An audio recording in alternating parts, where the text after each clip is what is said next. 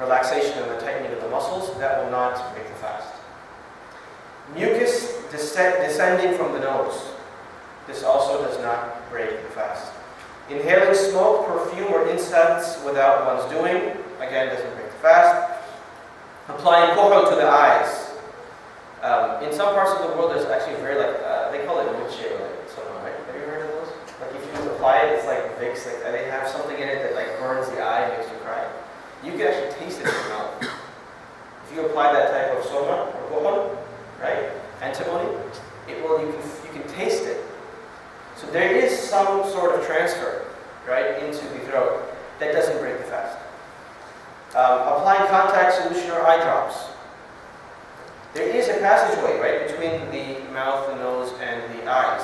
You ever seen those, believe it or not, people that drink milk and it comes out their eyes?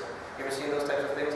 Well, there is a passageway. It's not a normal passageway, bodily passageway, but if a person was to apply contact solution into their eyes or eye drops, and they can feel that, they can taste it in their throat, that doesn't break the fast.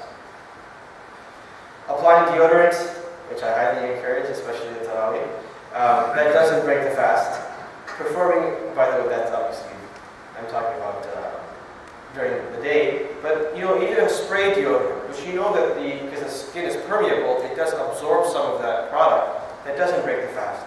Similarly, your entire body, your entire skin, right, can actually soak in water. So if a person was performing a really long bath, and after they got out of the bath, they feel like, I feel full. That's normal because water is actually entering the body. This is mentioned, subhanAllah, it's so strange that this was mentioned in really the early books of the fuqaha. If a person was taking a very long bath or sitting in a body of water, and they felt full afterward, right? Because water enters into the body, and so it kind of satiates their thirst. That would not break the fast, although I don't encourage a person to do that. Just like withdrawing blood if it's necessary, of course, it will not break the fast, and I don't discourage withdrawing blood if you need to. Unnecessarily withdrawing blood, like donating blood when you can do so during the night, I would encourage a person not to do so because you need that strength, and removing blood from the body obviously makes your fast more difficult.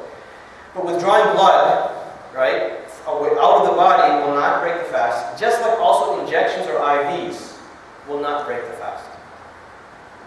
There are some scholars who disagree with this. They said, well, obviously if you an IV, a drip, if you're providing nourishment to the body through IVs or injections, that should, in principle, break the fast. The scholars say, well, it's the same thing as the water entering from the skin, because it's not a normal passageway.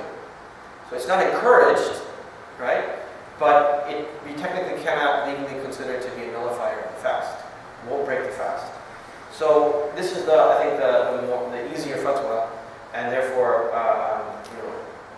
we can consider it not to break the fast. But if a person doesn't need to take an injection or an IV while they're fasting, they shouldn't.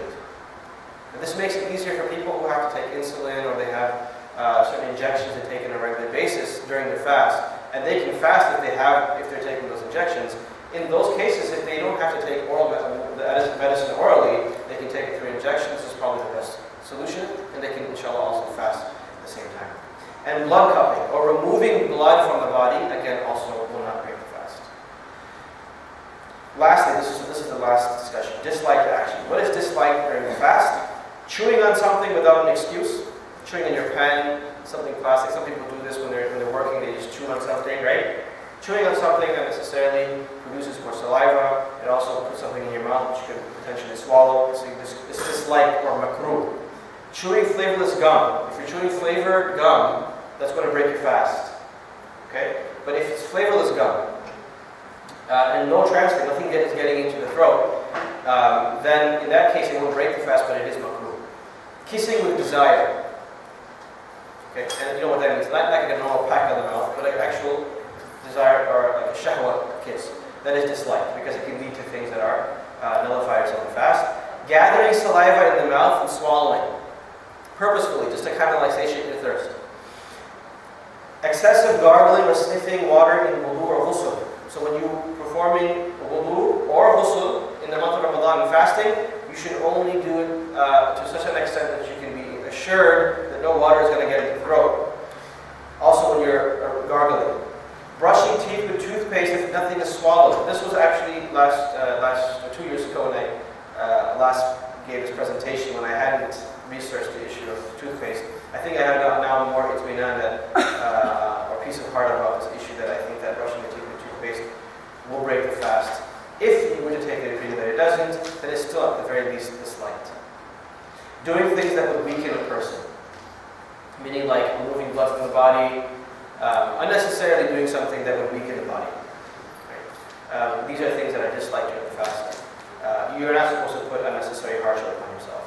And with that, I finished. A little 2-3 minutes of no time. I apologize for that. If anybody has any questions about these slides, feel free to ask.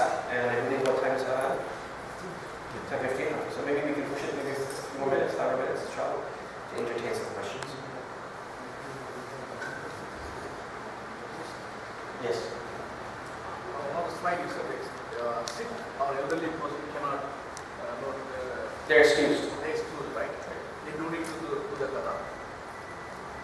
A sick or elderly person that is excused from the fast will not even have to pay anything. There's no fidya necessarily for them, right? Because the obligation is not there. They can pay. They can give sadaqah.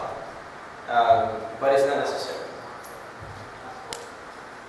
If someone has to take medicine every 6 hours, can they take it or they can't? If someone has to take medicine every 6 hours, Yeah. do they have to take it orally? Yeah.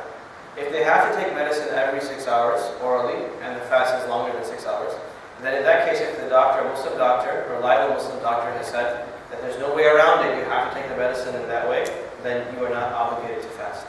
In these cases, I recommend that a person still avoid everything else, just take the medicine and imitate those who are fasting. Because inshallah, because of that gesture, Allah subhanahu wa ta'ala will give a person the full reward. So you do the suhoor, do iftar, everything else normally, just take the medicine. But technically, you don't have to fast in that case, in which case you're excused, and so there is no fast on such an individual.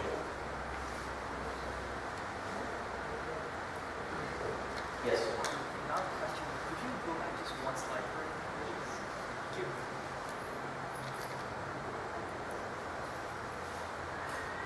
Any questions from the sister side also? Please feel free to write the questions down and send them to the front. Or if you want to just ask them out loud, you can also ask out loud if you're comfortable with those. I'm not sure where they're situated, so I don't want to have to be yell.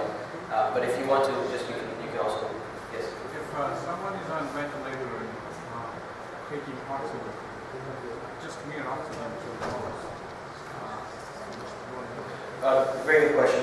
What's the ruling regarding someone who's on a ventilator or taking oxygen? Oxygen does not break your fast. So if a person even has the tubes in the nose and they're receiving oxygen from a machine, that will not break the fast. Yes? Nowadays, they have some flavor in it. Very good question. Okay, flavored miswaks. There are miswaks now that you get that have flavor. They actually have a syrup in them. And there's a scholar that I know that has a company that provides a lot of these miswaks, and packaged miswaks.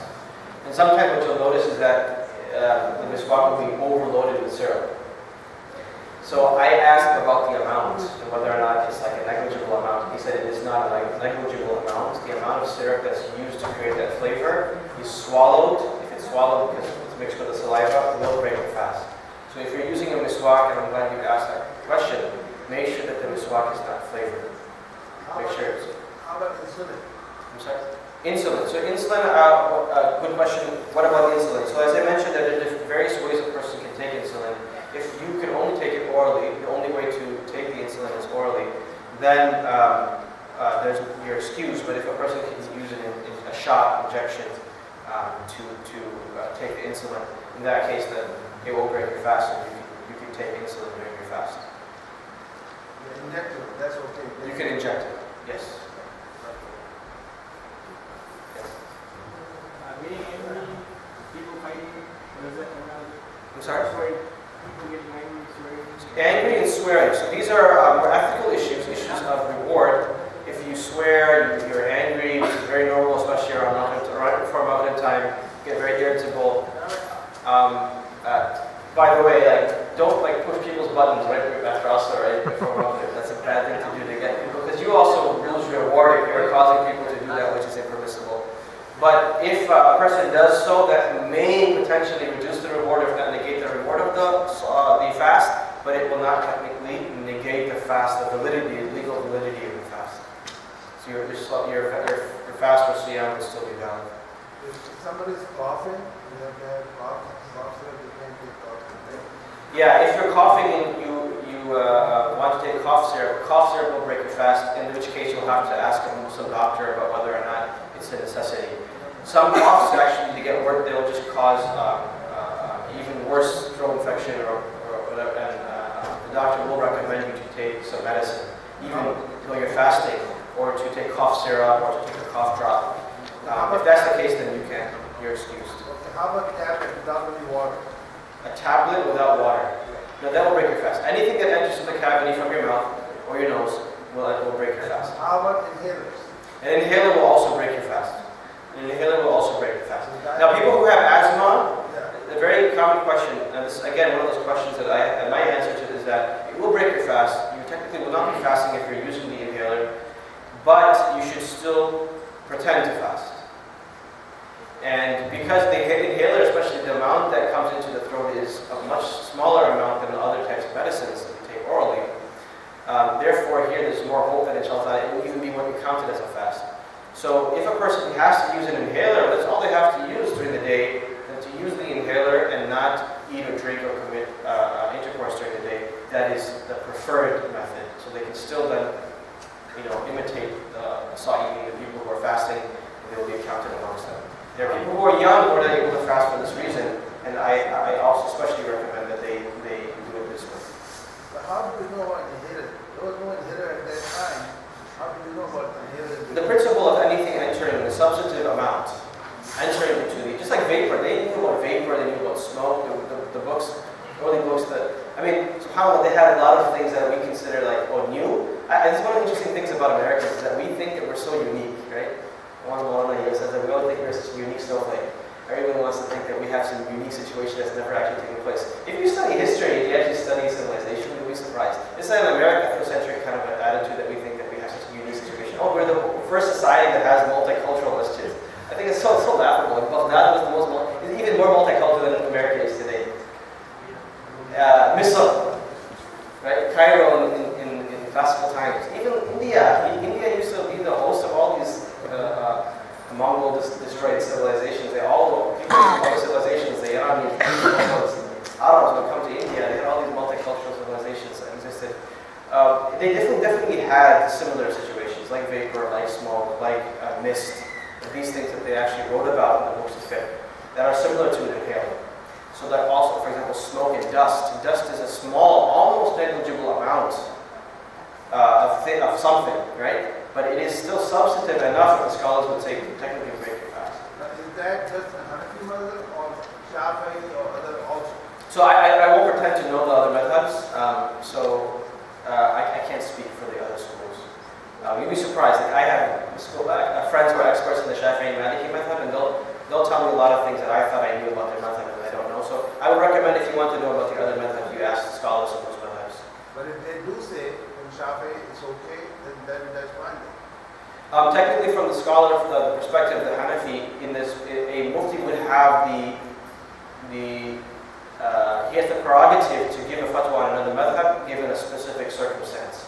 But the overall ruling doesn't change. According to our situation, that person is excused. You shouldn't even say he has to do fast. Meaning that when Allah has given dispensation to such a person who is in a medical condition where they can't avoid the inhaler, then I think the easiest thing, you stick to the madhab, you say this is the ruling of the madhab. If you want to fast or to pretend to fast, you should do so. And because there are other madhabs that say that your fast, potentially, I'm not saying other madhabs say this, but let's say that there was, that said that your fast will still be valid, inhaler doesn't break the fast, then inshallah ta'ala, maybe your fast will also be considered a fast. That's why it's encouraged to do it this way. But technically, you're excused from fasting. Yes? Can I catch something about fidya? You know, I actually, to be honest, I didn't read it before coming to the issue, so I don't want to touch it today without looking at it.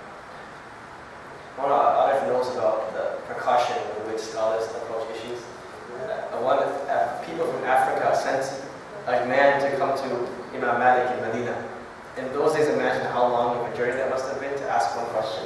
He came to Medina and he said, to Malik, what do you say about this issue? He said, I don't know. He said, if you don't know, then who will know? I've come to you, the scholar of Medina, and I've come from all the way from Africa. So Imam Malik said, I don't know. He said, what am I supposed to go back and take him on a guilt trip? Like, what am I supposed to say to the people that I go back to in my village? That I came all the way to Malik, and even Malik didn't know. He said, tell them, go back to your city. Okay, this is the answer. Go back to your city and tell them that Malik said, I don't know. Meaning, he wanted to make me the bridge to Jahannam. He wanted to make me a means for people's like, what do you want me to do? I don't know, right? So, I'm not like Malik in any way, it's the whole. But like, I don't know exactly. I don't recall reading this recently, so I don't want to mention it to the if we can delay the other more, there are 2 more questions. It's 25 to 25 more? Okay.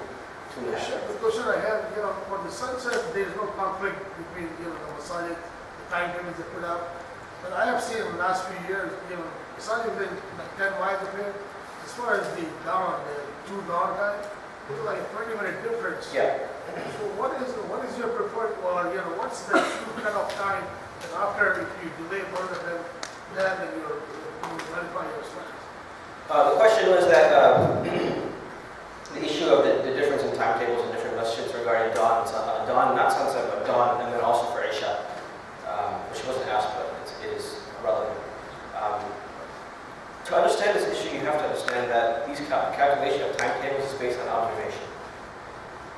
Admittedly, I don't think any reliable authority has yet observed throughout the year the setting and rising of the sun, based upon which we can affirm whether these degrees that are used, 18, 15 degrees, is closer to observation, because that is what the Sharia has told us to do, is to observe.